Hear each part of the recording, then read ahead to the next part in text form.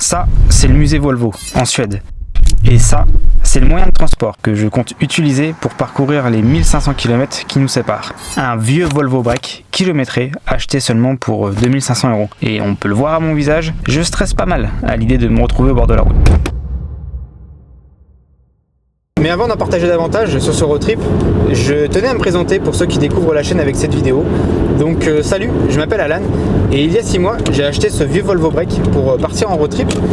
Et depuis j'ai fait différents endroits, en commençant par le Périgord, en allant en Haute-Savoie avec des amis et en finissant avec un essai de cette Volvo même sur les routes du Beaujolais. Mais en achetant cette Volvo, il y avait un projet dès le départ que j'avais en tête et que je voulais absolument accomplir, qui était de visiter le nouveau musée Volvo qui se trouve en Suède, et après de m'être occupé de la mécanique de cette Volvo en commençant par vidanger l'huile, changer les bougies, changer les 2 amortisseurs à l'avant, la cour d'accessoires plus récemment, et en laissant la voiture à mon garagiste pour s'occuper de la courroie de distribution ou même tout simplement faire la recharge de clim. Et bah ça y est, je suis prêt pour ce road trip de 1500 km avec vous. Je commence donc ce premier trajet en partant assez tôt afin d'éviter les bouchons parisiens. Puis j'ai continué par la nationale en m'arrêtant au lac d'Ellet pour une pause.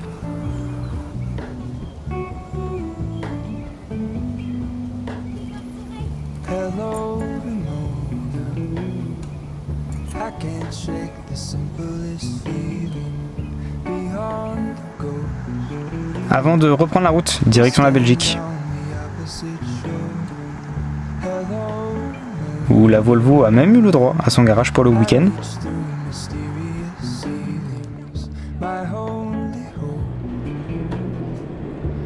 Car du coup, oui, j'ai profité de ce road trip pour m'arrêter à différents endroits, comme ici en Belgique pour voir un couple d'amis.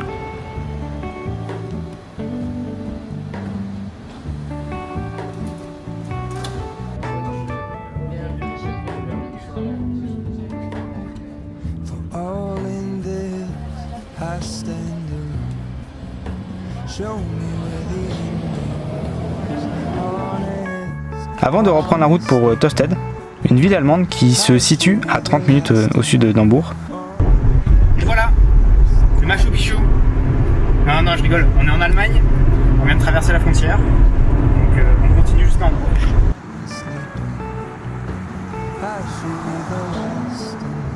Bon, par contre, on va se l'avouer, les autoroutes allemandes sont plutôt ennuyantes en termes de paysage. Je veux dire, il n'y a pas grand chose à contempler ou même à filmer.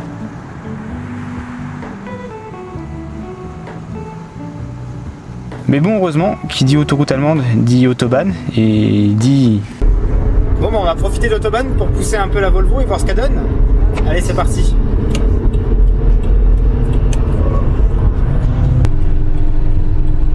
« 150 »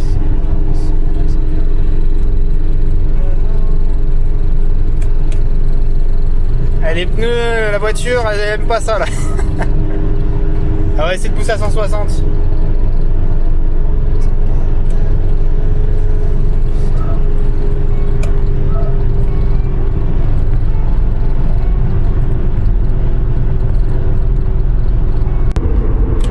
Bon, on a atteint péniblement les 160 km/h.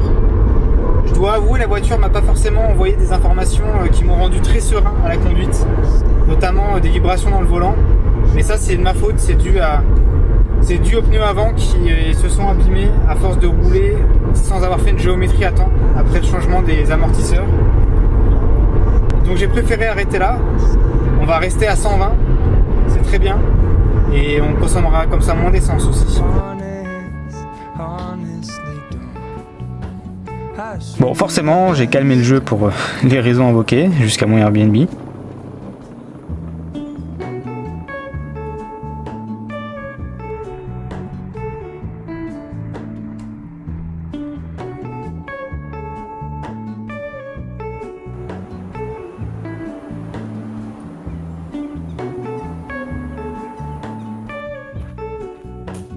Puis le lendemain, j'ai rechargé de nouveau la Volvo.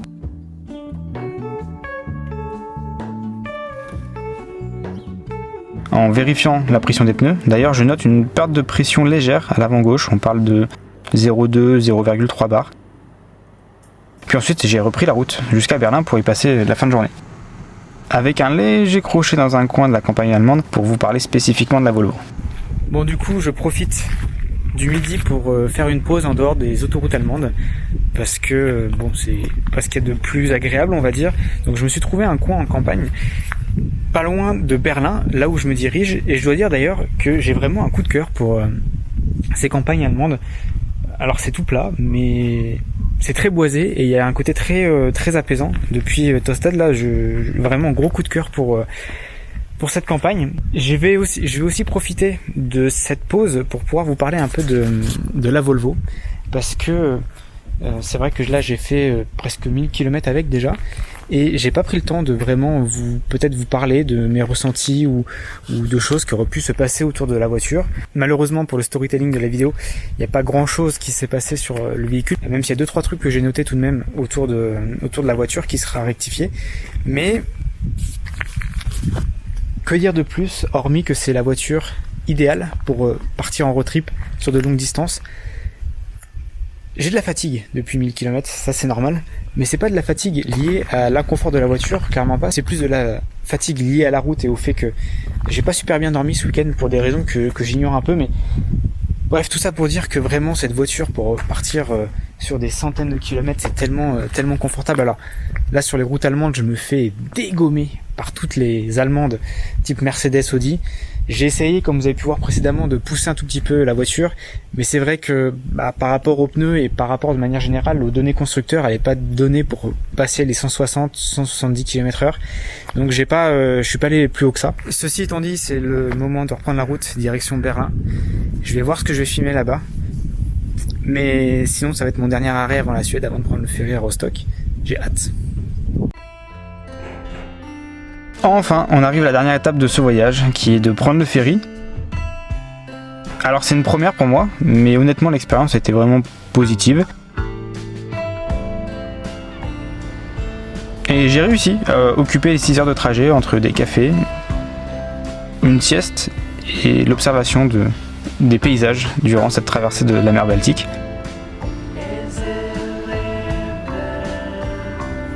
Jusqu'à arriver à Trelleborg, au sud de la Suède, où j'ai pu prendre des shots de Volvo à chaque coin de rue. Volvo. Et encore une Volvo. Encore Volvo. Is that a Volvo? V90 Volvo. Et un autre V90.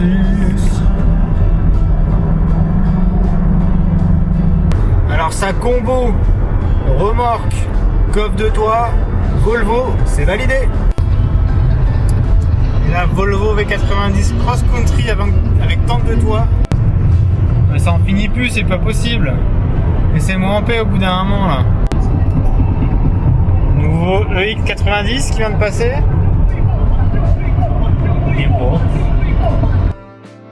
Mais bon, vous n'êtes pas là pour m'entendre m'extasier devant chaque Volvo, mais plutôt pour découvrir ça.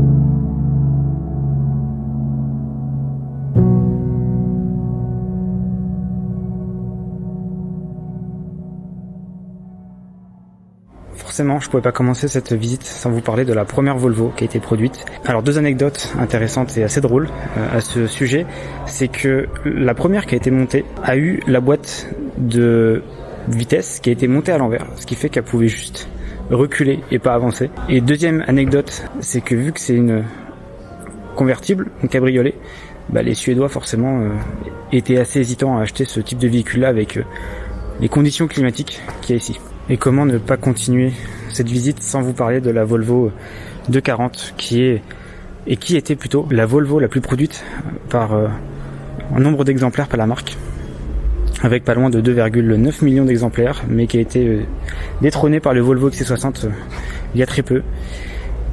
Et que dire, c'est ce qui a fait la célébrité de la marque pour son côté cubique, la robustesse, l'espace à bord. Légende. Alors il y a une voiture dont il faut que je vous parle, c'est la Volvo ECC. Et cette Volvo là, pour le coup, elle a vraiment la particularité d'avoir été produite uniquement par des femmes. Et donc le fait que ça ait été produite uniquement par des femmes, il y a eu à peu près 25 problèmes qui sont remontés, qui sont vraiment des problématiques spécifiques liées aux femmes. On va réussir à le voir à la caméra, mais par exemple, une des problématiques, c'est le chignon. C'est vrai que d'habitude dans les véhicules, l'appui-tête, il est entièrement plat.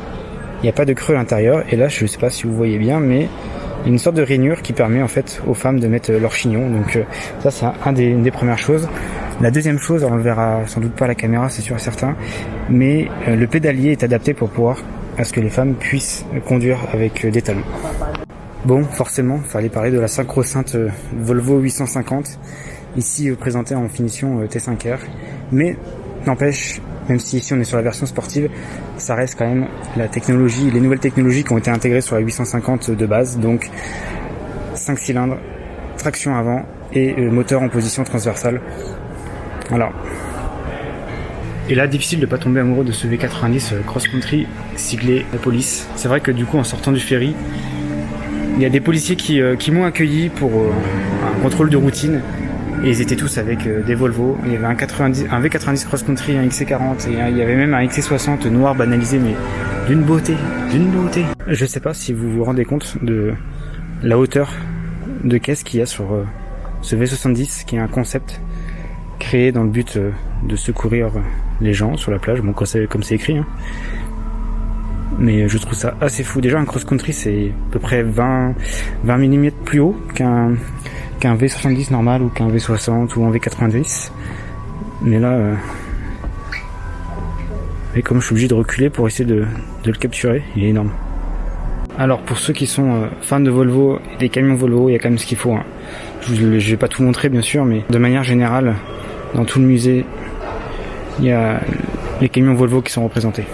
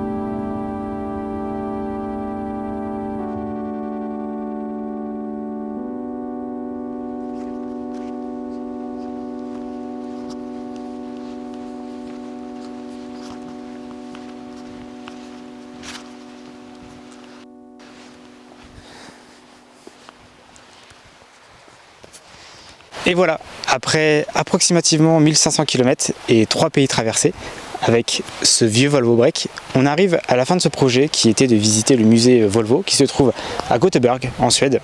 À ce sujet, je voudrais faire une légère parenthèse par rapport au musée Volvo, car on est loin de ce qu'est un musée comme on peut l'imaginer. Clairement, c'est pas des véhicules qui sont alignés les uns après les autres.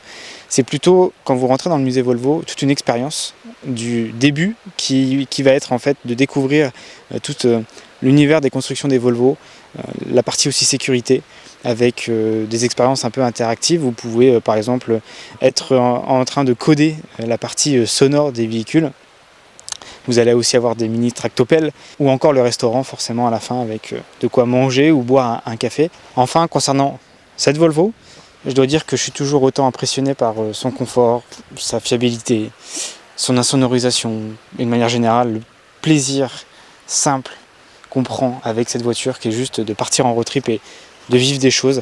Alors, Elle n'est pas parfaite, comme vous avez pu voir sur la vidéo. Mais bon, soyons honnêtes, ça reste des broutilles par rapport à la qualité que m'offre cette voiture quotidiennement. Donc laissons passer. Et enfin, je ne pouvais pas conclure cette vidéo sans vous remercier, vous qui me suivez dans mes aventures avec cette vieille brique suédoise. Merci beaucoup parce que, on ne dirait pas comme ça, hein, mais ce que je fais, ça me demande de sortir de ma zone de confort quotidiennement. Et donc votre présence, les commentaires, les messages que je reçois en privé m'aident énormément à continuer à avancer.